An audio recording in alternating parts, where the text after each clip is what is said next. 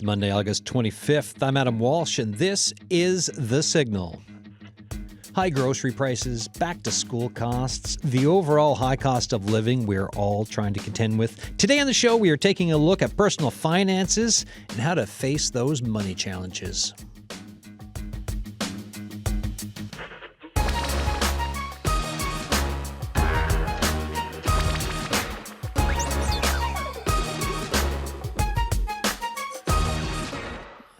Looking at a couple headlines here from the last bit. Let me see. August 18th, Canadian Press on CBC. Missed credit payments dipped in Q2, but consumers under 36 struggling with debt. July. Income inequality hit record high at start of 2025. Statistics Canada says gap increased each year following start of COVID-19 pandemic. Way back in February of this year, gap widens between financially stable Canadians and those struggling with debt. So, folks, as we were kind of prepping for today's show and just thinking about what, a topic, it's something that I tend to think about. I think a lot of people obviously think about at the end of summer as the school year is about to start. It's this, for a lot of folks, it is the beginning of a new year, and with it comes extra costs, and then you have that road through the fall. It gets cold. Heat and light costs go up. You've got the road to Christmas, winter, and beyond. So a lot of times we figure let's try to talk some dollars and cents and talk about debt and financial help and try to figure out ways to kind of skate our way through things. So we've got three guests here in studio, and as we talk, if you want to join the discussion, if you've got thoughts on your own personal finances, not so much for asking for specific help, but just thoughts on where things are, thesignal@cbc.ca is the email.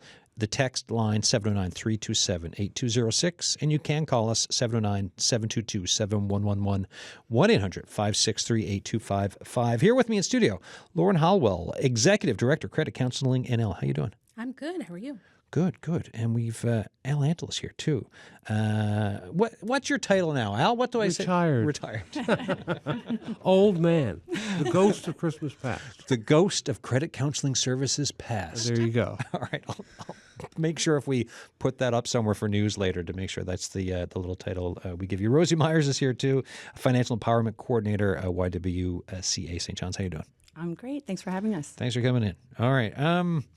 Before we get a bit into kind of what your groups do, where are we? Like, what are you hearing? I gave that little spiel of some headlines and stuff, and then the where we are for summer into fall and like the road ahead and all that. But what are you either seeing or hearing from folks through your own lenses, whether it's professional or retired? Who wants to go first? I'll jump in. Sure. Yeah, go for it. I think so. Primarily, I work with women and gender diverse folks and to us LGBTQIA plus newcomers at YWCA, also their families. But I think I'm hearing a lot of anxiety, a lot of worries about threats around eviction because of the housing crisis, and definitely because we offer free tax filing services through our tax clinic. I think a lot of folks also come in for that and ensuing access to benefits kind of support. And I really hear a heavy reliance on the benefits that are out there, like the Canada Child Benefit, as being making or breaking being able to pay bills. So I think that's definitely hearing that stress and anxiety around financial security. Yeah, generally. yeah. And I mean, just like those headlines said too, like the how long have you been doing this job for again? We this position became a full-time kind of financial empowerment coordinator position in October 2023. Yeah. So like that headline I mentioned about since the start of the COVID-19 pandemic, and hearing more, and we've talked about the cost of living creeping up and inflation, and even though it's kind of doing better now, things are still more expensive. Is that tracking with what you've been hearing over the last couple of years? Definitely. Yeah. And those day-to-day expenses, the survival decisions that come out around, well, am I paying my rent or am I paying for my groceries? Yeah. And all of the ensuing questions. And navigation help needed around that. I think, the first tax season that we had was really busy, and we work with lots of newcomers, so some of it is first-time filers and getting access to things like the Canada Child Benefit for the first time, but also lots of folks who are, I think, with our second tax season, or lots of newcomers as well, but just across the board, everyone feeling the pinch more this year compared to last year, and really the stress around housing. And it's such a food insecurity conversation, too, of that range of so food insecurity, when we talk about having typically a financial hurdle to access the appropriate amount of food. And what tends to happen through the reporting we've done, and for talking to experts on it, like you've kind of alluded to, parents will do without first as well. Absolutely. Right? When those decisions get made of rent, groceries, trying to feed the kids, when it comes down to that, there starts with worrying, and then sometimes making choices of skip meals, and typically it's the parents who do that first. Yep. So it's all of that. All right. Lauren, what are you hearing from folks? Yeah, this is definitely one of the hardest back to school years for sure. And even if you just, like, with some of our clients, we'll go through and do a list of, like, hey, what do you need for back to school for your family? And the list is huge. There's so many things that kids need for back to school. Kids are constantly growing. A new pair of shoes is at least $50 for a kid, right? So it's just people are not able to buy the things that they used to buy, the name brands and things like that. People are having to adjust.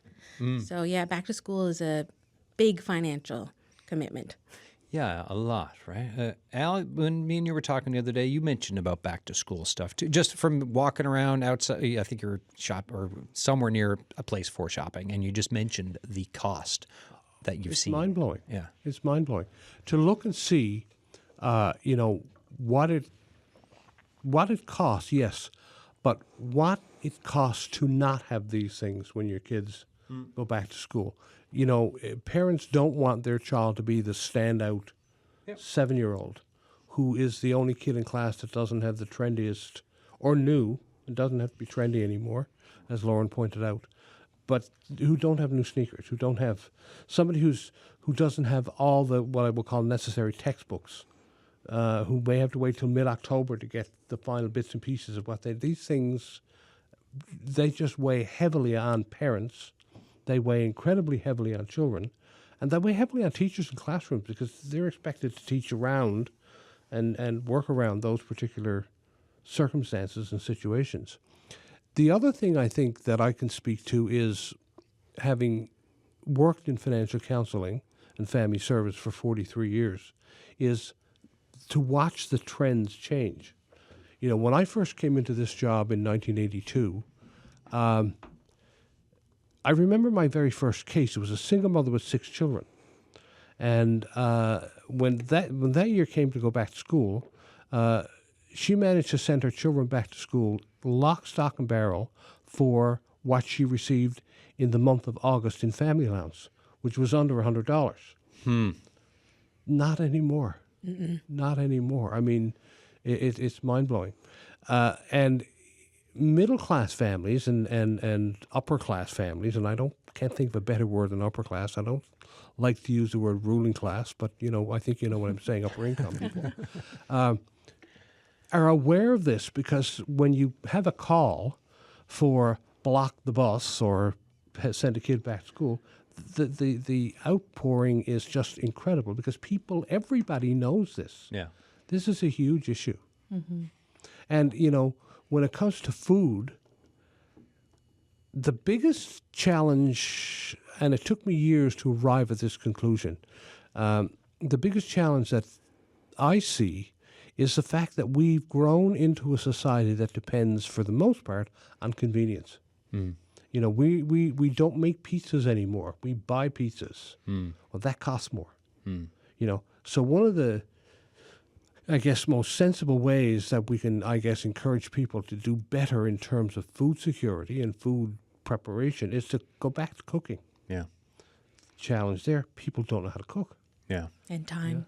People don't know how to cook. One of the things I've done in retirement is I've gotten myself involved with a group at our church, and we take 6 families 3 times a year, and we teach them to cook. We teach them about their personal finances, and we teach them to cook. And people don't know how to cook. Yeah. You know, they just don't know.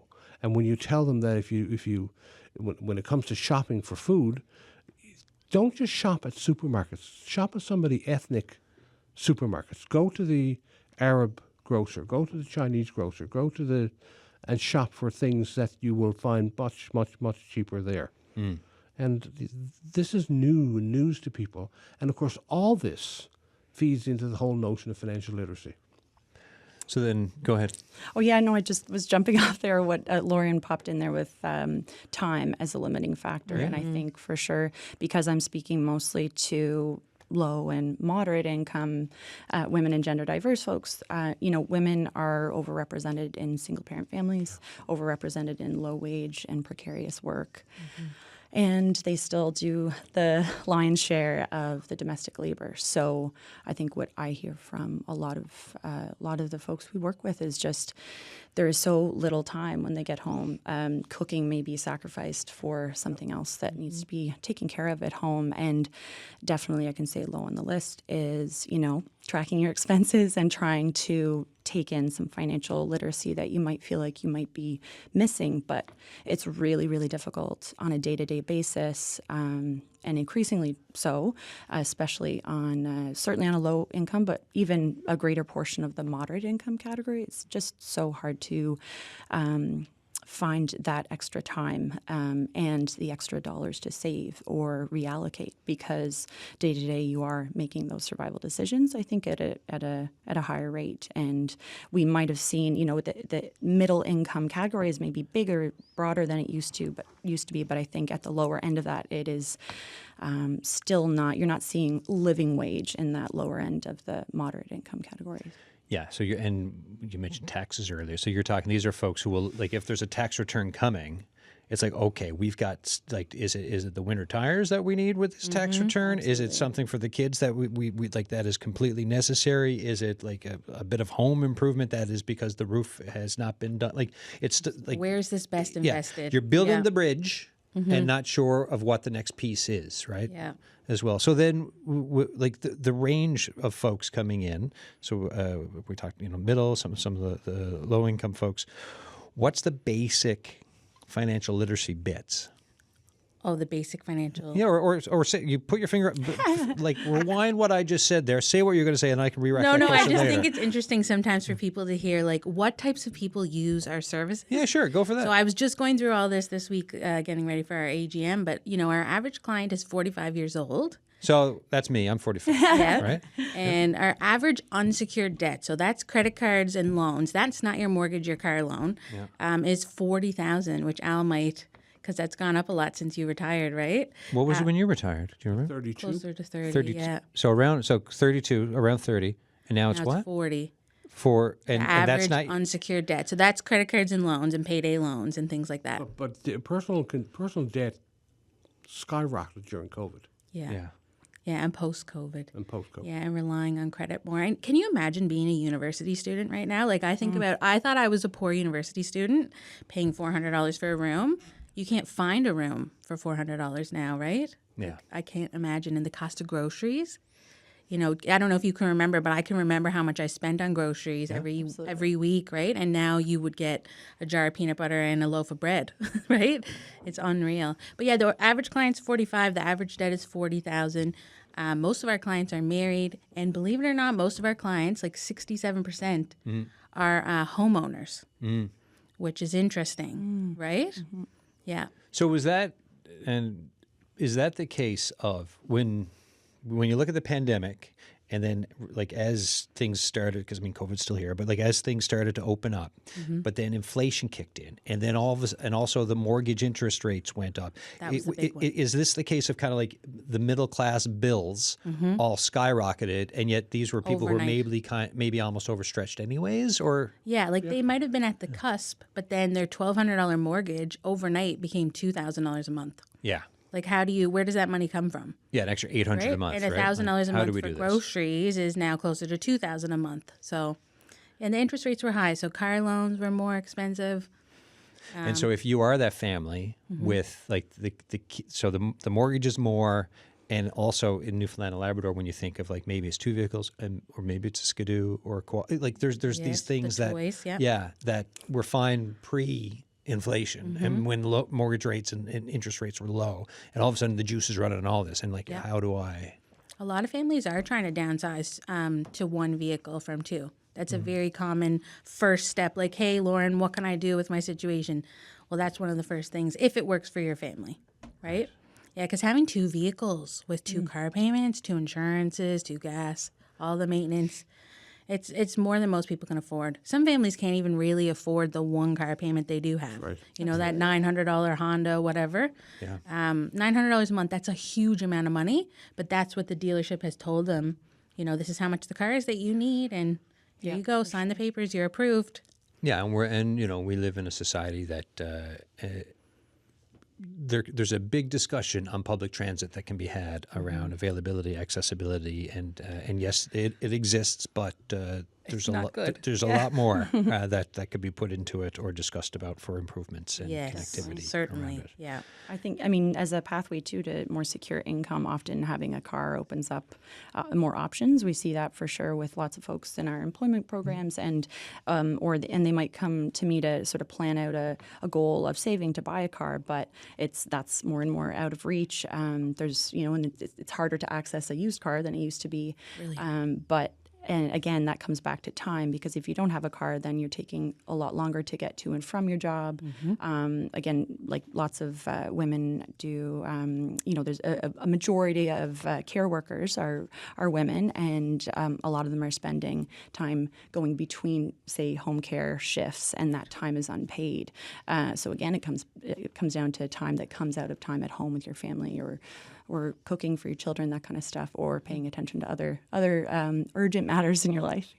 That's a brilliant point as well, in terms of the fact that you need to be mobile to be an effective consumer as well. Yeah. You can't, well, I don't think you can, practically at least, jump on the Metro bus with 12 bags of groceries. Yeah, No. absolutely. It's just, you can do it, but people will talk, if you know what I'm saying. Yeah. And it's physically hard. It's physically hard, and weight. oh yeah. And the places where we believe value exists, and I won't name them, are so far out of the way. They're off the beaten track, and the quantities are so high. You can't buy a bag of potatoes. You need to buy 50 pounds to get the value for money, and you can't afford the 50 pounds, so the value for money just goes out the door. It's a real challenge.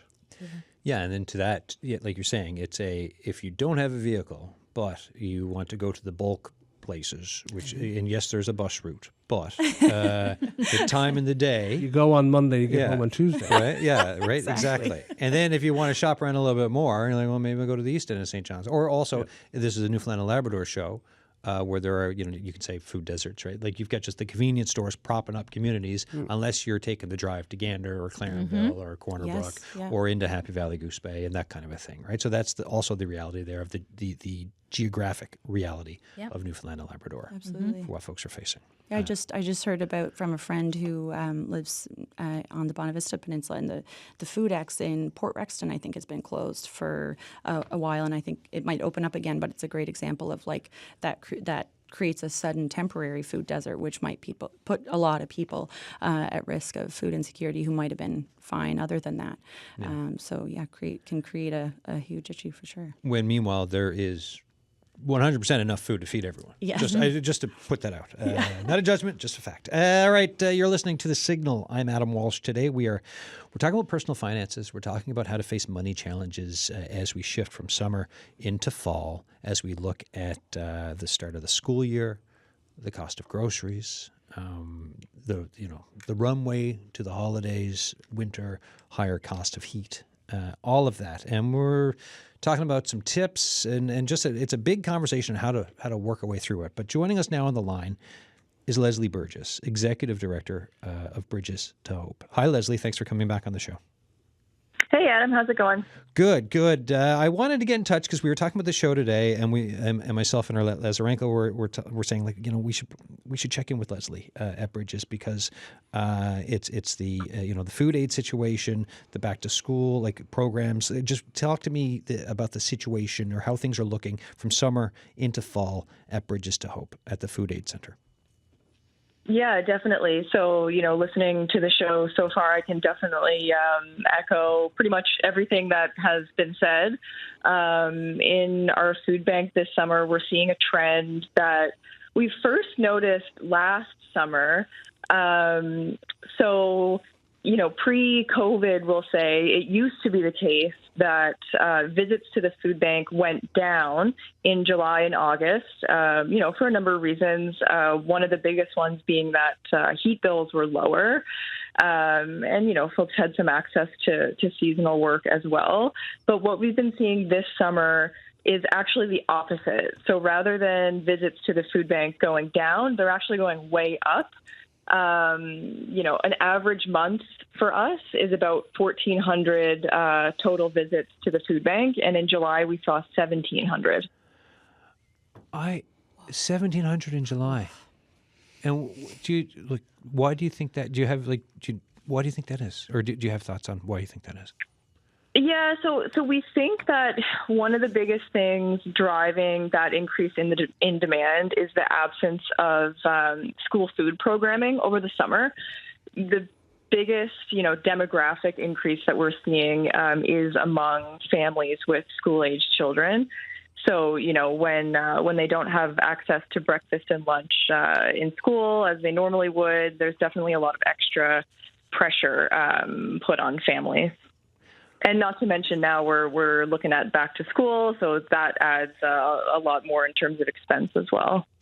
Do you know what the numbers were then, to compare 2019 or 2020? Because 1,700. I'm just trying to remember interviews from when you started or before when Jody was in your position, and 17. I don't know. Am I remembering 800 or do you have a comparison here for us on these numbers?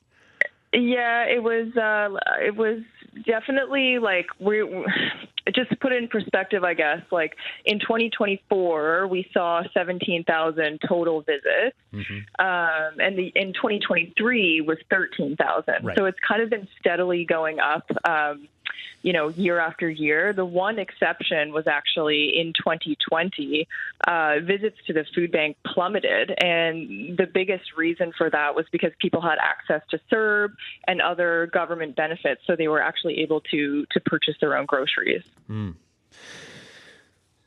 So with 70, what does that mean for a July of 1,700 folks visiting you for how you're operating and the support you can, or perhaps might be stretching the limit of what you can do?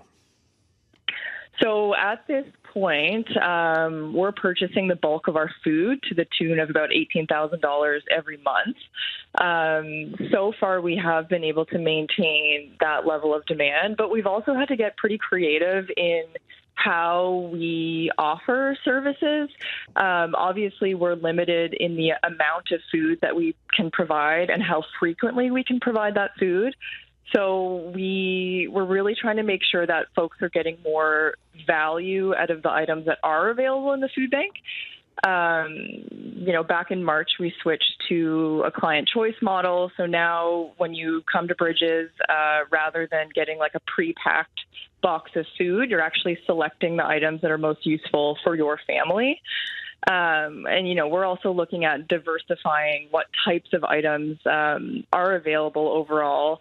And I think it was interesting going back to what someone else said earlier in the show about convenience. One of the interesting things we've noticed is that we're getting more requests for dry ingredients like flour and sugar and cooking oil and those things, which again tend to be more expensive up front, but they last longer. Yeah, more bang for your buck, obviously, if you're able to make stuff.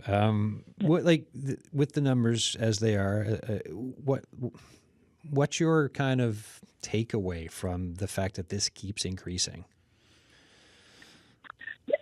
I mean, it's definitely concerning, and we're going to be keeping a close eye on how things are looking throughout the fall. We're hearing a lot of the same, folks are having to make impossible decisions between rent, utilities, and other payments. The food budget is typically one of the only variable expenses people have. So it's one of the first things that folks seem to sacrifice when they're experiencing financial stress. Anything else about like back to school programming or any other thoughts before I let you go?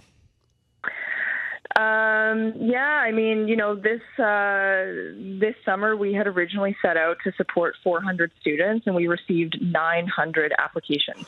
And that's only within the metro region. So I think that really in itself speaks to the financial stress that families are under. Our team is working flat out trying to gather enough supplies to keep working through our wait list. But no, we definitely feel for families out there right now. What would the app, like when someone applies for this, what do they get? So we do, we kind of do like a basic supply kit based on grade level. So there's a different one for primary, elementary, junior high, and high school. And we make sure that students have, everything that they could conceivably need to participate fully in the classroom. So some of the bigger ticket items that classrooms require now are things like headphones and scientific calculators, but then also the basic items, like pencils and report covers and those sorts of things as well. And you had 900 applications. We had 900 unique applications, and like I said, that's only in the St. John's metro region, so I can imagine, it extends across the province as well. Yeah, and I mean, it just makes me think about which I think we're still waiting on for the final bit, but just all the talk we've done around the education accord for the province. And then if you're thinking of kids being ready for back to school, I mean, let that number stand out for a second of 900 folks applying to you to get their kids ready to go back to school because they can't afford it. Yeah. Okay. Lesley Burgess, I appreciate you coming on the show and giving us this update. Yeah, and actually, Adam, if I could, I think it's a great time to remind folks it's an election year, both provincially and in St. John's municipally. So let's all make sure we ask our candidates how they plan to make the province more livable for low-income families. I was thinking of asking you about that, but I didn't want to put you on the spot. So I'm glad you brought that up, Lesley. Thank you so much. Cheers. I'll be in touch. All right. Okay. Thanks, Adam. Bye. Lesley Burgess there, head of Bridges to Hope. And yes, we're waiting to hear when the provincial election is going to be. What the Premier keeps saying, on or before October 14th, right? And then municipally, the 2nd of October. Elections are coming.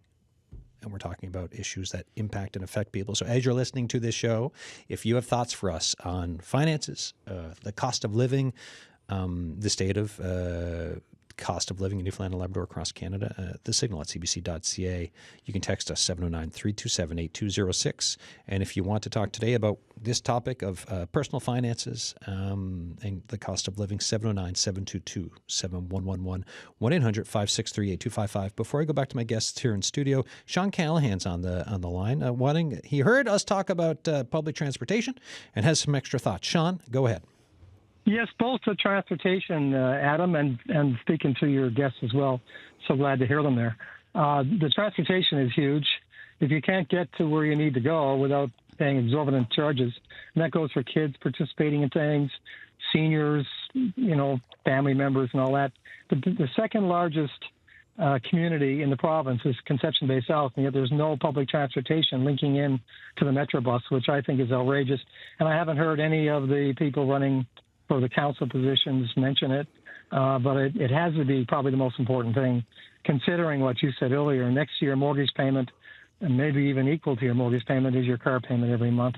And then the continuous upgrading or maintenance schedule and all that, and insurance and everything has gone through the roof. So it's probably more than what some people are paying for their rent or for their mortgage.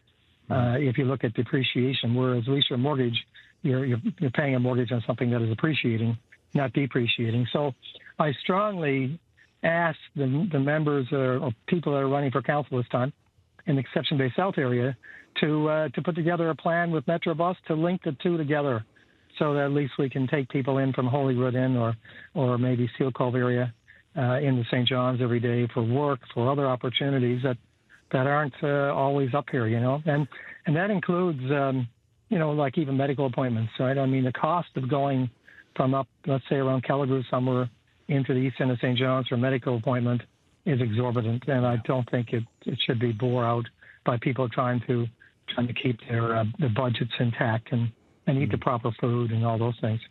So that's the transportation one. It's pretty common sense, but I haven't heard a word about it. And I know Paradise has gone forward or is going forward with it, and I think we really need to extend it to the greater St. John's area, which, as I said, is CBS for sure. Sean, I appreciate the call as always, and for that point about transportation. One more thing before I go. Yeah, the federal government announced 400 or the breakfast programs, healthy one actually, in their news release for the 400,000 young Canadians, young children in Canada who are not getting anything decent to eat for breakfast. So there's an old saying, he who pays the piper calls the tune. So I've contacted the former minister in Ottawa and asked that they put together a program of very healthy food, and there's all kinds of food being served right now that's really not looked upon as the healthiest food, as much as we're very happy to see the kids get food. But the healthier the food, the better. And I thought maybe the feds would want to contribute their expertise in putting out healthy food to our young children. And what they eat when they're young will determine how they eat as they get older. Yeah, great points. Thank you so much. Thank you. Thank you very much. Cheers.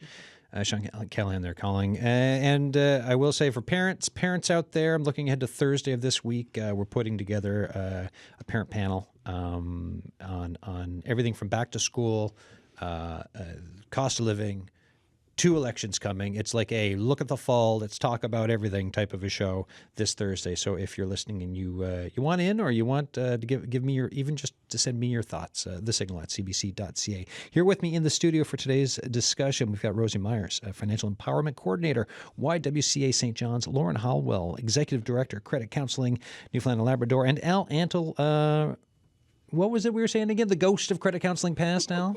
Sure. The former Executive Director, Credit Counselling Services, Newfoundland and Labrador. Folks, any like we had Lesley on for Bridges and Sean there. Great points being made. Lots brought up. Anything stand out from what you've been hearing and what you've heard? One thing that I think I'd like to add, and I don't know why I feel a need to say this, but I do feel a need to say it. In my role when I was with Credit Counselling, I was actively involved with the accreditation of agencies right across the country. And the one thing that I was absolutely relieved to discover is that we in Newfoundland are not misfits, contrary to what some people may think some of the time. But the issues that we see, that Lauren sees every day, that I saw when I was there, and I'm sure that Rosie sees in her practice as well, are shared by Canadians from St. John's to Vancouver. This is not unique to Newfoundland. We're not somehow negligent or behind. This is how it is. Yeah. Food banks in downtown Toronto are just as empty as food banks in downtown St. John's, and it's a real challenge. We also, and I was delighted to hear you say that COVID is still here. There's not too many people who will actually say that, but COVID is still here. And the one place that COVID is, yes, it's here as the actual disease or condition, but more than anything else, the economics of COVID are still here. However, the benefits that were provided for people or to people to get through COVID are not here. We had for the 2 years that we were most affected, we had significant government help to help us through. Well, that's gone. The rate of inflation has not gone down. The higher costs that came about as a result of inflation in those years haven't recessed at all. So COVID is still here in so many ways, and that continues to contribute. We also tend, and it was great to hear Lauren talk about students. You and I, and certainly I and many of your predecessors had a conversation about what we're doing to our kids in the way we fund post-secondary education. We're saying to our children, it's okay to be in debt. Yeah. Go out and borrow. We're not concentrating on RESPs We're just not. We're not. It's not there. So that by the time our 17, 18-year-old is off to college or university, well, the only way to get there is to borrow. So that by the time she or he is 23, they owe $40,000. Well, if you already owe 40, what's the big deal about owing 50? It's easy to do when it's comfortable for you. And when you've got a system that has told you for your, adult life, that it's okay to be in debt, it's a real challenge. And we need to, it's almost like we need to go back to the drawing board. How do we do this? And how can we do it differently? And how can we do it more effectively so that people's financial literacy level tells them what's comfortable for them?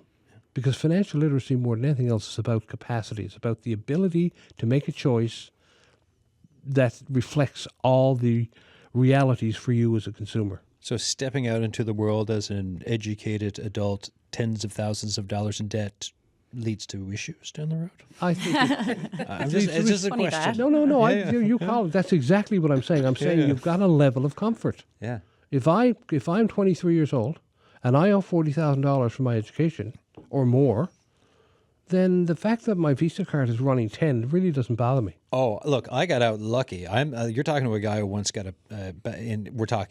I was 21, but did get a $500 credit card just for St. Patrick's Day. I got out really, really lucky because my choices back then were not the choices of someone who wanted to actually, be able to retire someday and invest in stuff. So, yeah, I can, and that was the fun side. That wasn't the I need to make my rent pay for food, which is what we're talking about here, right? That was the privilege side of that conversation.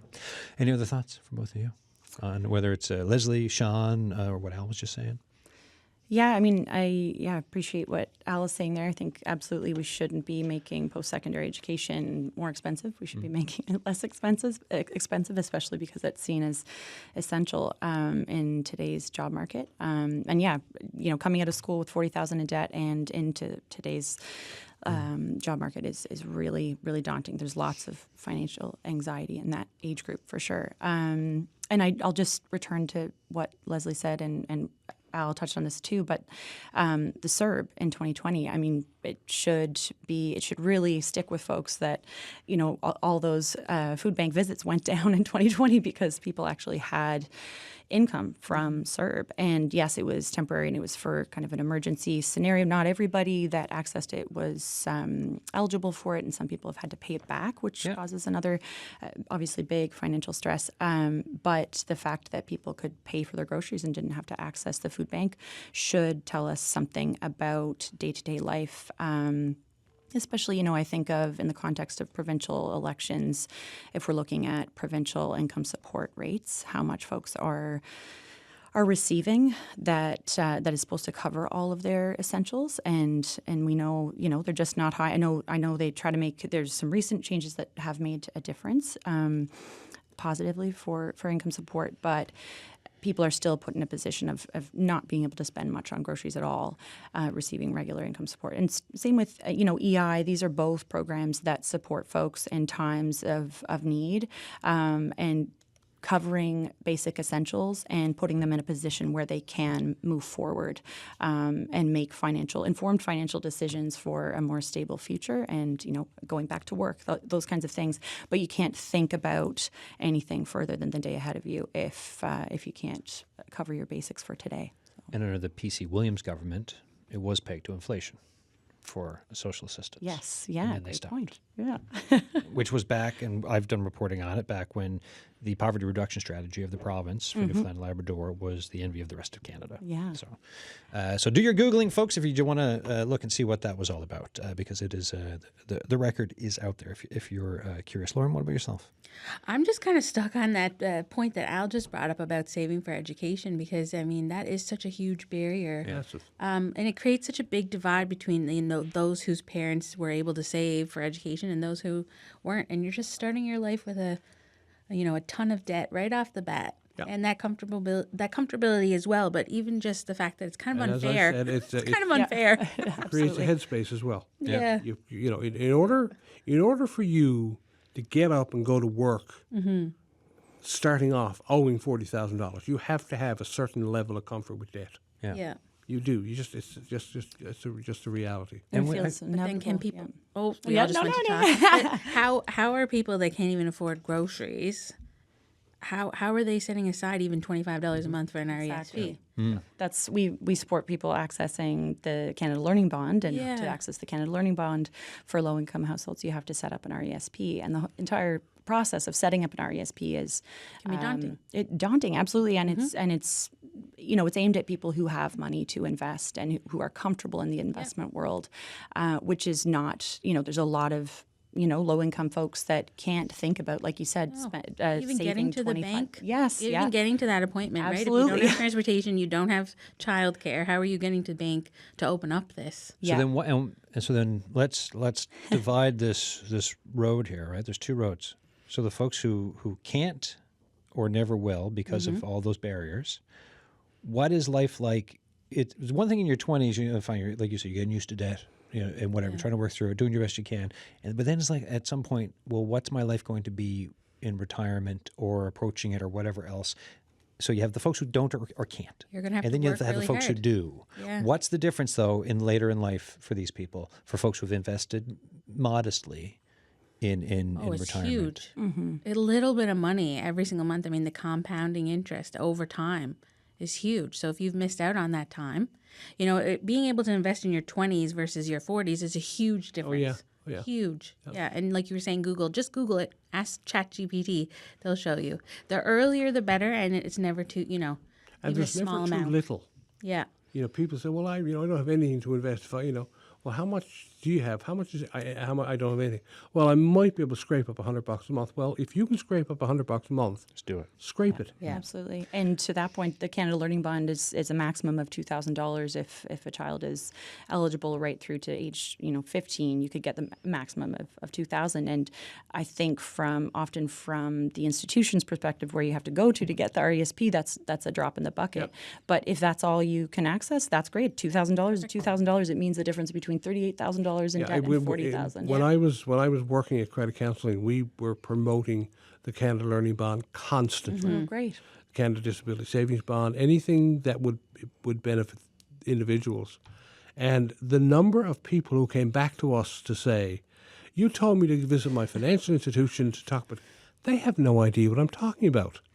To support your position. Exactly. It's not worth it's small potatoes. Yeah. Small fries. Part of the we go back to why is it that payday loan companies, online and otherwise, why do they thrive? Yeah. Because the banks do not have any interest in helping somebody who needs $500. Yes. They want somebody who needs $50,000. Yeah. And when things changed in the marketplace, a lot of people got left out in the cold. Yeah, absolutely. I talked to an individual last week who said to me, it fundamentally disagreed with our ESPs. Because what if my child doesn't go to university? What if your child doesn't go to university? What's your point?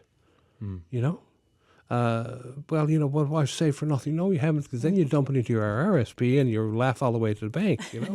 Yeah, it's still there for you. Yeah, you're not going to lose your input. But that comes back to, and I keep coming back to it, financial literacy is understanding the importance, having the comfort and the confidence to make financial choices that are in your best interests with all the financial facts. Yeah, I think that's one thing I often do is go to the bank with folks to set up that RESP. So I'm there in the meeting to sort of advocate for the position that this is about that That's Canada massively Learning Bond. helpful. Yeah, so and it can decrease a bit of stress of going in yourself and having to talk through something you might not be totally clear on, and somebody to advocate for your needs with ultimately a bank. It's a business, so. I think that something like the Canada Learning Bond or getting your taxes done is a wonderful inroad to all kinds of other aspects of your, financial questions you might have and didn't necessarily have a place to ask them, or wanting to just chat through your own, where can I get more unbiased information about this without going to ask the bank teller who might not know or might have a very limited kind of idea of what you could pursue. And people, and Lauren sees this every day, you see this every day, Adam, you probably hear this every day. The fundamental difference between when I was starting credit counseling in 1983 and when I finished credit counseling in 2023, is in 1983, the banks had only did this. So And you're now shaking no. they're, Yeah. now they're in full sales mode. Yeah. It's why do you only want $4,000? Why would you have a small vacation when you can have you're pre-approved for $10,000? And You the know, credit I hear from my bank, and I think I'm comfortable with this. At least once a month, you are pre-approved for $20,000. Oh, yeah, I get those. Yeah. You know, like, why do I need it? I'm like, no. No, exactly. So part of the problem here is unless the bank is going to, and I don't mean banks, I mean financial institutions, unless they're going to make a big investment, they'd rather not make 5 small ones to make the same amount of impact on their bottom line. And then people are borrowing at 50% interest instead of 10. Yeah.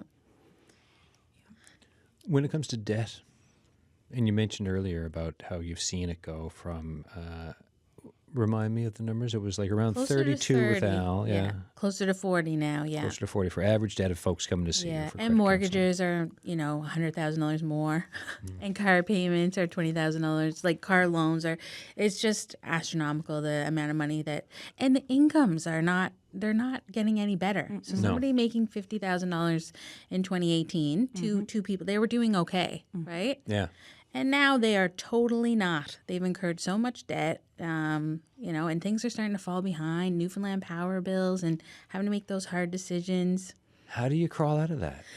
You need to look at your debt options. You need to come to credit counseling. We have unbiased advice. We look at your financial situation from top to bottom. It's hard to look at your own financial situation sometimes and see where the change needs to be made. And there are tons of options out there. People just don't know about them, right? So they just need to be educated on what the heck can I do.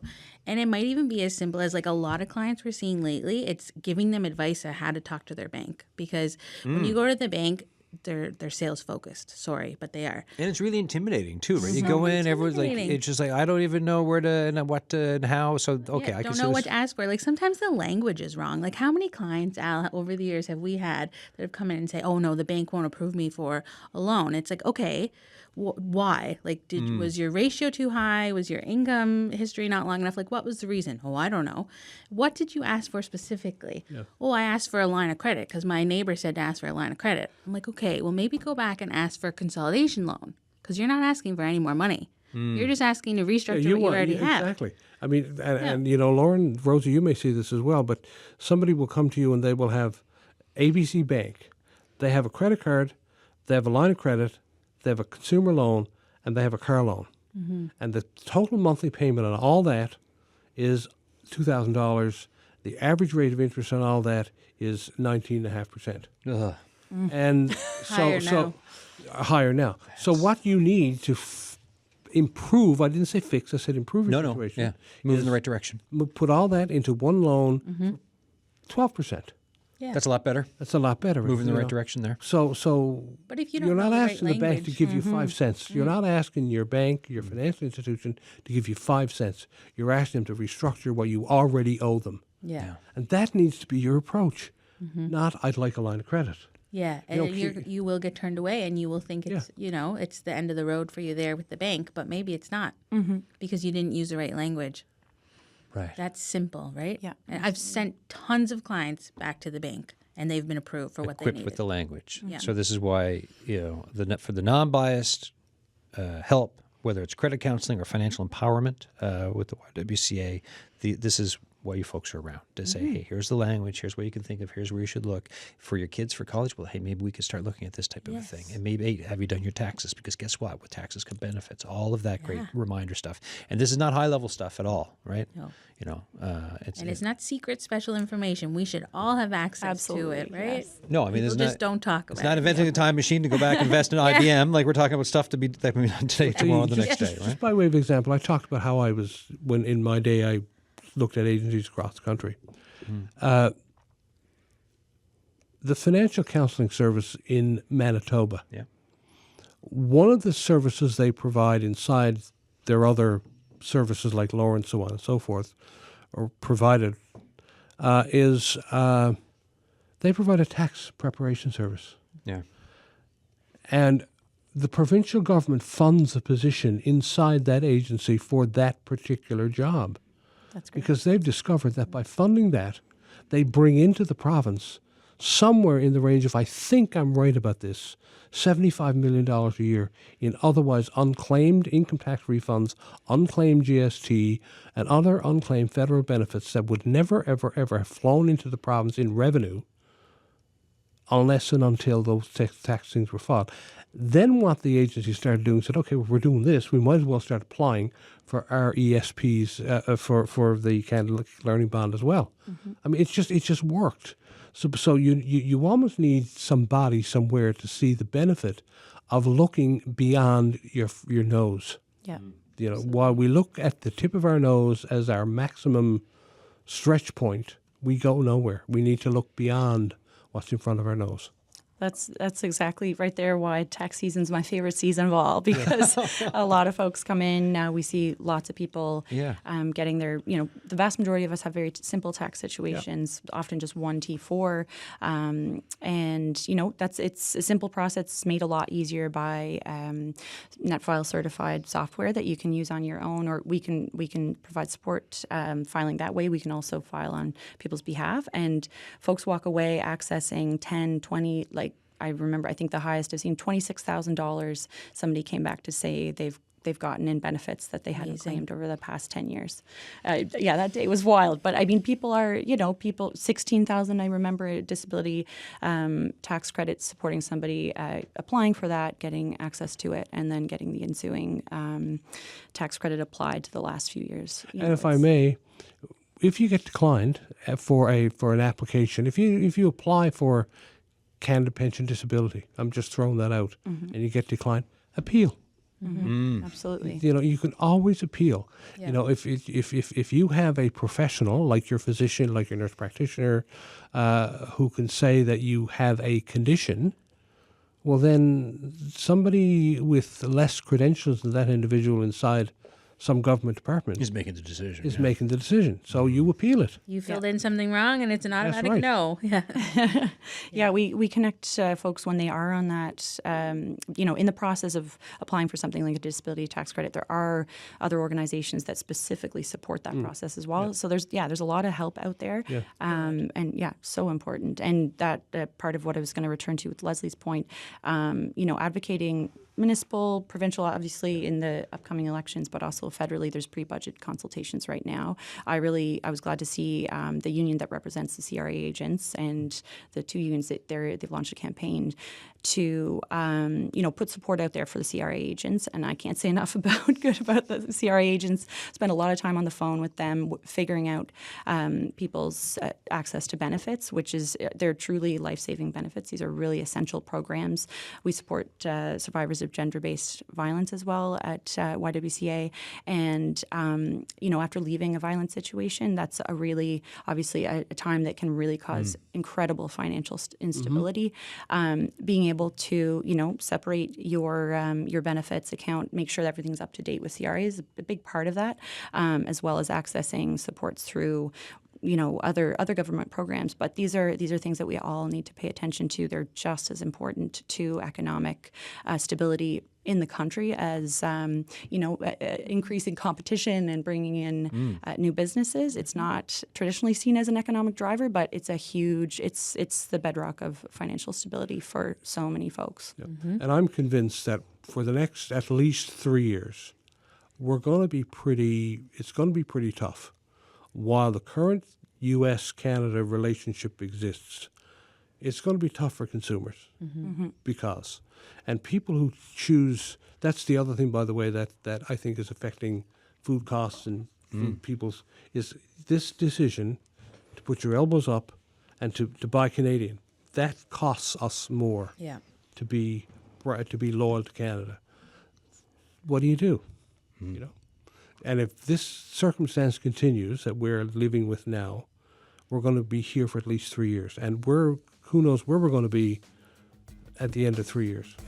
And with that, we're out of time. Quickly, how do they get in touch with you? You got 10 seconds each to say it. Credit Counselling, 709-753-5812, or email info@ccsnl.ca. I'm Rosie at YWCA St. John's.ca, 709-771-7454, and our website is ywcastjohns.ca/financial. Thanks for this conversation, folks. Tomorrow it is late summer gardening with Tim Walsh from the Munn Botanical Garden. We will have tips, take calls, do the regular type of a gardening day. Thanks so much for listening. Cheers.